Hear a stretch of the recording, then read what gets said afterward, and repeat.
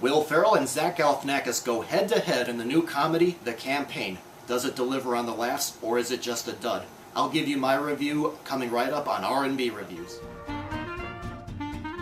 First, you guys know what to do. Go ahead and leave your comments or your thoughts about it. It's a great movie because it goes back and forth with the family.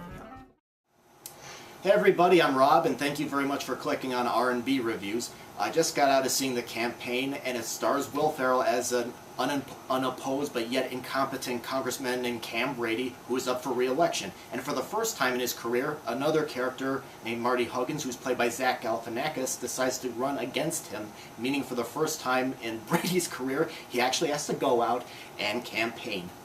Now, I'll be upfront, I'm not really a die-hard Will Ferrall fan. Sometimes I do find him to be funny, but sometimes I find his characters to be too much of a jerk for me to find funny. But in this case, I think the jerky personality really suits the Brady character very well.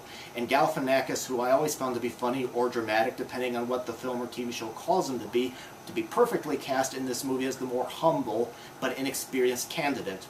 Now, when I was in the movie theater watching this movie, I really could not help but think that this movie could have gone either way. It could have been a serious satire, since it does look at the process of running for election, including people telling the candidates what to say and how to say it, as well as the debates, as well as an attack on the political ads, where they, the candidates dance around the questions and they accuse the other candidate of stuff instead of focusing on themselves. But I also thought that this movie could easily have been a raunchy, goofy comedy where the election was just an excuse to string a bunch of gross-out gags on. But either way, in the end, the film ends up doing both, and I think the movie ends up balancing both of the humor very evenly.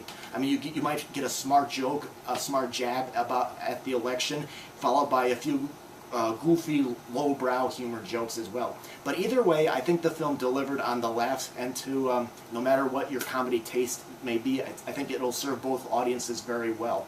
Galifianakis, at times, I felt stole the show from Ferrall.